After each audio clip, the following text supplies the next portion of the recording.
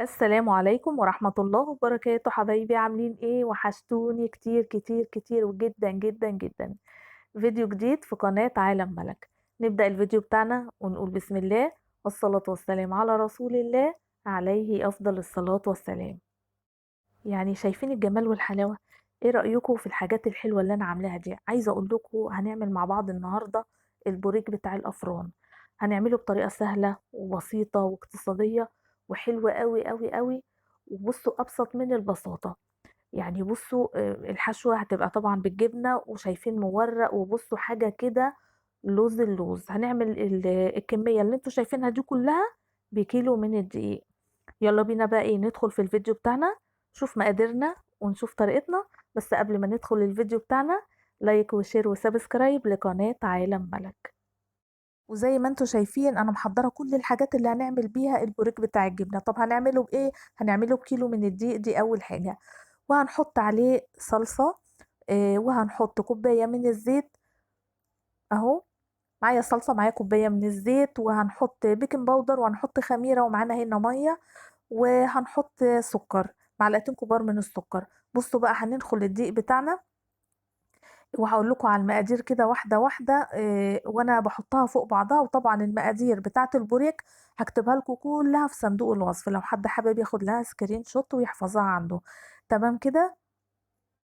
طيب اول حاجه هنعملها هندخل الدقيق، وجالي تعليق اللي احنا بندخل الدقيق، احنا بندخل الدقيق عشان خاطر نطلع منه الرطوبه. ممكن الدقيق بتاعك يكون طايله رطوبه، فلما بتنخليه بتخليه كده الهواء يخش جواه كده ويطلع كل الرطوبه. الحاجات اللي هي بتبقى مكلكعه في المصفى دي، هي دي كلها بتبقى رطوبه، والدقيق طايله رطوبه. تمام كده. طب انت لو مش حابه ان انت تنخلي الدقيق في المعجنات، مفيش مشكله، ممكن ما تنخلهوش. بس اهم حاجه لما تعملي حلويات او كيكه، ده اهم حاجه. عشان تنجح معاكي لازم تنخلي الدقيق كويس جدا جدا. تمام كده. طيب هنحط المواد الجافه بتاعتنا، والمواد الجافه بتاعتنا عباره عن ايه؟ حطينا نص معلقه صغيره من الملح ومعلقه كبيره من الخميره الفوريه، وهنحط هنا البيكنج باودر. والبيكنج باودر هنا انا بوريه لكم عشان حد كان سألني عليه. العلبه دي كلها انا بجيبها، بتقعد معايا 6 شهور 7 شهور. جايباها ب45 جنيه من عند بيت الجمله. تمام كده. وحطينا هنا نص معلقة كبيرة من البيكنج باودر، وهنحط هنا كوباية من الزيت. تمام كده. وهننزل بمعلقتين كبار من السكر، والسكر كنت هنساه وانتوا ما فكرتونيش. وهنقلب الكلام ده كله على بعضه. يبقى المقادير بتاعتنا هي ايه؟ كيلو من الدقيق، معلقة صغيرة من الملح، ومعلقة كبيرة من الخميرة الفورية، ومعلقة نص معلقة كبيرة من البيكنج باودر، وهنحط معلقتين كبار من السكر. وهنبتدي بقى ايه؟ بصوا نقلب الكلام ده كله على بعضه لحد لما نتوه بقى ايه، كوباية الزيت اللي احنا نزلنا بيها على الدقيق كده. انا عايزة الدقيق بتاعي يتغلف من كوباية الزيت اللي انا نزلتها عليه اهو بالشكل دوت.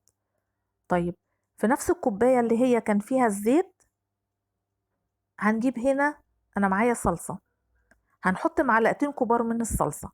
بس هنا انا هزود شوية ليه؟ عشان الصلصة بتاعتي يعني انا جايباها طلعت خفيفة شوية. هي مش خفيفة، يعني لونها فاتح شوية. تمام كده. فانا حطيت يعني معلقتين كبار ونص. لو انت الصلصه بتاعتك غامقه عن كده هتحطي معلقتين كبار بس على الكيلو. تمام كده. وفي شويه ميه وندوب معلقتين الصلصه زي ما انتم شايفين بالشكل ده، وننزل بيهم على الدقيق بتاعنا اهو. ونجيب كمان شويه ميه، ونبتدي بقى ايه نلم العجينه بتاعتنا. طيب العجينه بتاعتي دي هتاخد ميه قد ايه؟ بصي انا مش هقدر اقولك، لان كل دقيق مختلف عن التاني. مش كل الدقيق زي بعضه، في دقيق بيشرب سوائل وفي دقيق ما بيشربش سوائل كتير.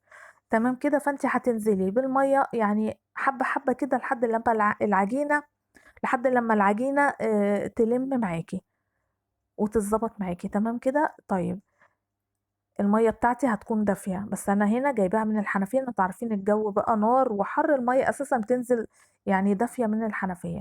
لمينا العجينه بتاعتنا وبقت لوز اللوز، وهندعكها بقى من بصوا من 5 دقايق ل7 دقايق كده. هنعجنها. وهي بصوا بعد ما عجنتها هحطها بقى في الطبق بتاعي واسيبها تختمر لمده ربع ساعه. اغطيها بقى بكيس او بصينيه، اي حاجه تغطي بيها وتسيبيها وهي تختمر على طول لان الجو حر.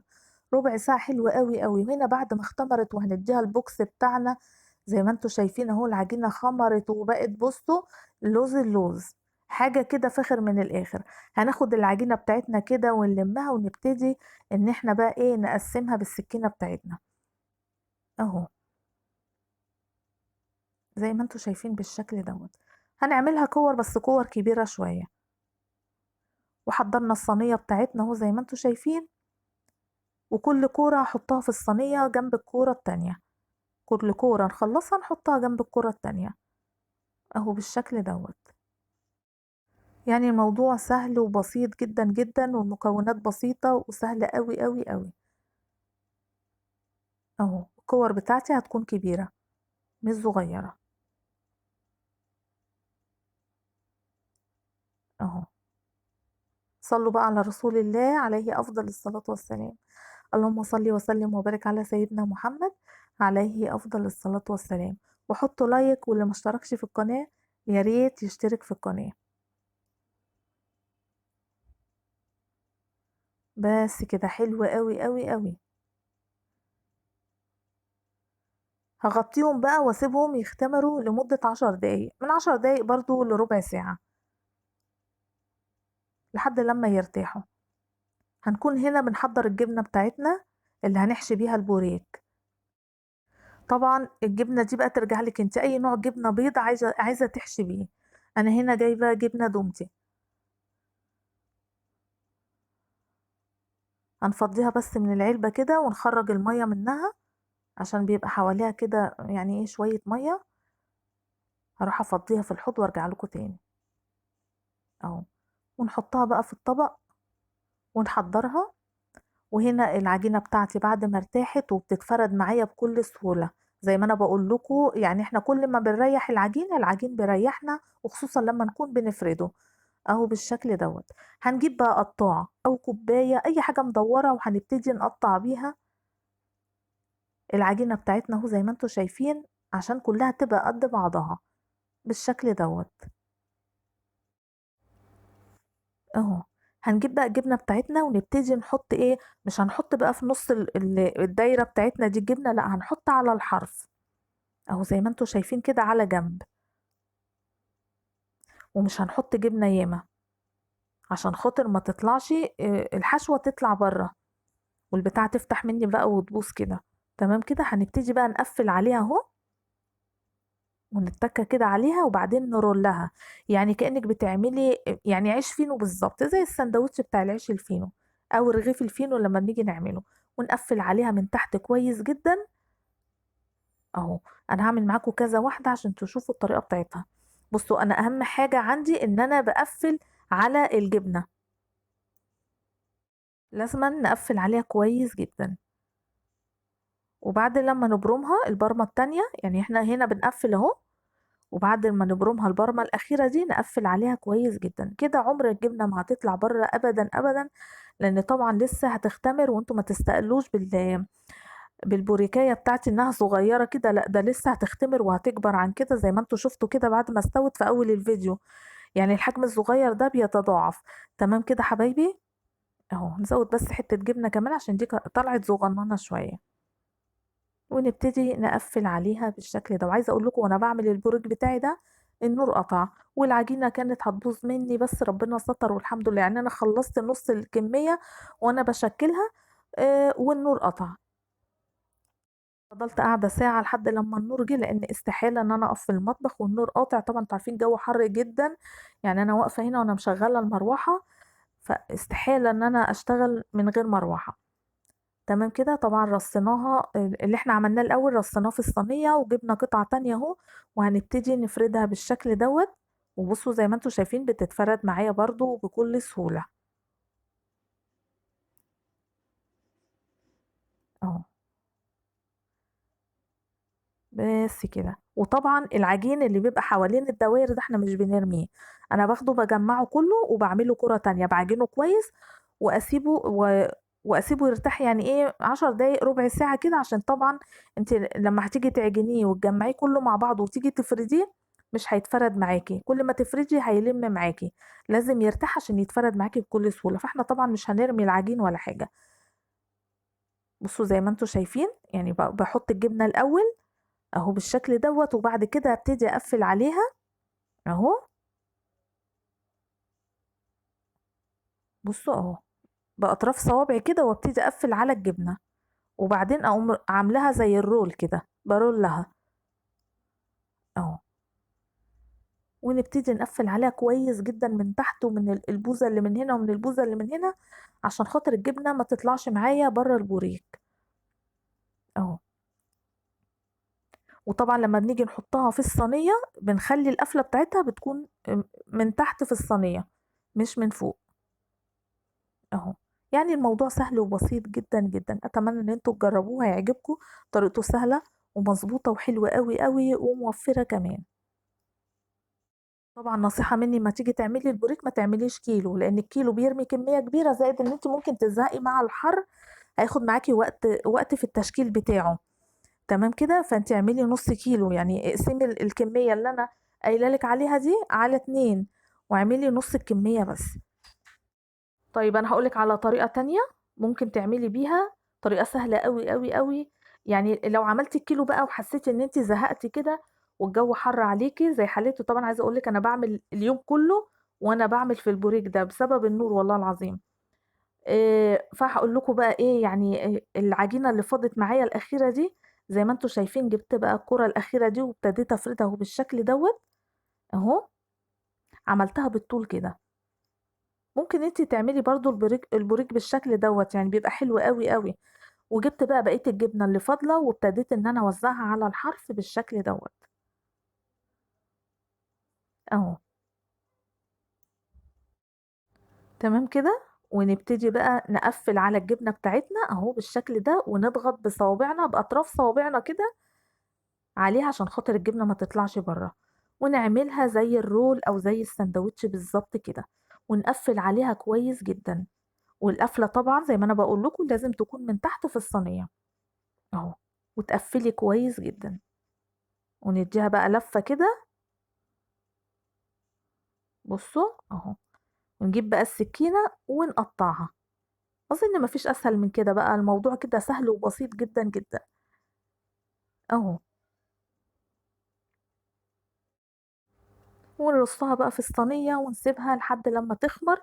وطبعا هنسيب البوريك بتاعنا يخمر لمدة يعني هنقول ايه ربع ساعة، من 10 دقايق ربع ساعة، لان هو الجو حر. تمام كده اهو. كده بقى خلصنا كل الحشوة بتاعتنا والبوريك بتاعنا خلصناه، وهنسيبه لحد لما يخمر. وهنا معايا شوية من اللبن او الحليب، وهنبتدي ندهن البوريك بتاعنا زي ما انتوا شايفين بالشكل دوت. ندهن وشه بالحليب، ومعانا هنا حبة البركة. وطبعا احنا بنحط هنا بقى الحليب، اي حاجة عايزة تدهنيها ممكن تدهنيها.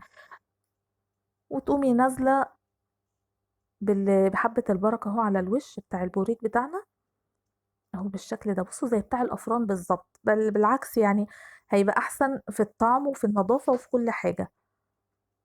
عايزة اقول لكم الكيلو بيرمي كمية حلوة قوي قوي، يعني يعني كمية محترمة. يعني ينفع معاكي بقى الجوع نص الليل ده، طبعا انتوا عارفين العيال طول الليل سهرانين وطول النهار نايمين بقى، وكل شوية عايزين ناكل حاجة غريبة، عايزين ناكل حاجة حلوة. فانت كتري بقى من المعجنات عندك في البيت عشان خاطر ايه، ترتاحي من وجع الدماغ. يعني هتتعبي يوم او يومين تعملي لك شوية معجنات كده حلوين وتشيليهم عندك. بس هنبتدي ننزل بحبة البركة اهو زي ما انتوا شايفين. وبعدين هنا هنكون مسخنين الفرن على درجة حرارة 220. تمام كده. هنحط في الرف اللي تحت على الشبكة اللي تحت، مجرد ما ياخد لون من تحت نبتدي نحطه على الشبكة اللي فوق. وخلي بالك وما تحرقوش، وخلي بالك من سوى الحاجة طبعا، لأن البوريك ده احنا تعبانين فيه يا جماعة. وهنا بعد ما خلصنا البوريك وبعد ما طلعناه من الفرن وبقى بالشكل ده وشايفين الحجم بتاعه، غير اللي انا كنت بشكله خالص، يعني الحجم بتاعه زي ما انتوا شايفين. الخميرة مع البيكنج باودر يعني خلى العجينة نفشت معايا اهو. عايزة اقول لكم كمان مورقة من جوه وطعمها حلو قوي قوي قوي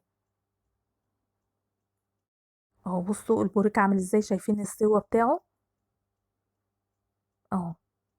حاجة كده فاخر من الاخر. بصوا زي بتاع الأفران ولا مش زي بتاع الأفران؟ قولوا بقى بصراحة. زيه بالظبط ويمكن أحلى كمان. أنا ما عملش حاجة وحشة يا جماعة. تسلم إيديا والله. أهو. أنا عايزة أفتح لكم واحدة كده وأوريها لكم من جوه مورقة، وشايفين الحشوة، شايفين التوريقة، يعني حاجة كده فاخر من الآخر. وادي البرج بتاعنا بعد ما رصيناه، وعايزه اقول لكم رمى كميه كبيره اللي في الطبق ديت، طبعا انا عاملاه عشان خاطر التقديم. وطبعا في كميه تانية، يعني عايزه اقول لكم الكيلو دي رمى كميه حلوه ومحترمه، كميه كبيره وحلوه قوي قوي قوي. بكده بقى نكون خلصنا الفيديو بتاع النهارده. يا رب الفيديو بتاع النهارده يكون عجبكم ويكون خفيف على قلبكم. ما تنسوناش بقى بدعواتكم الحلوه واللايك والشير والسبسكرايب. اشوفكم على خير في فيديو جديد.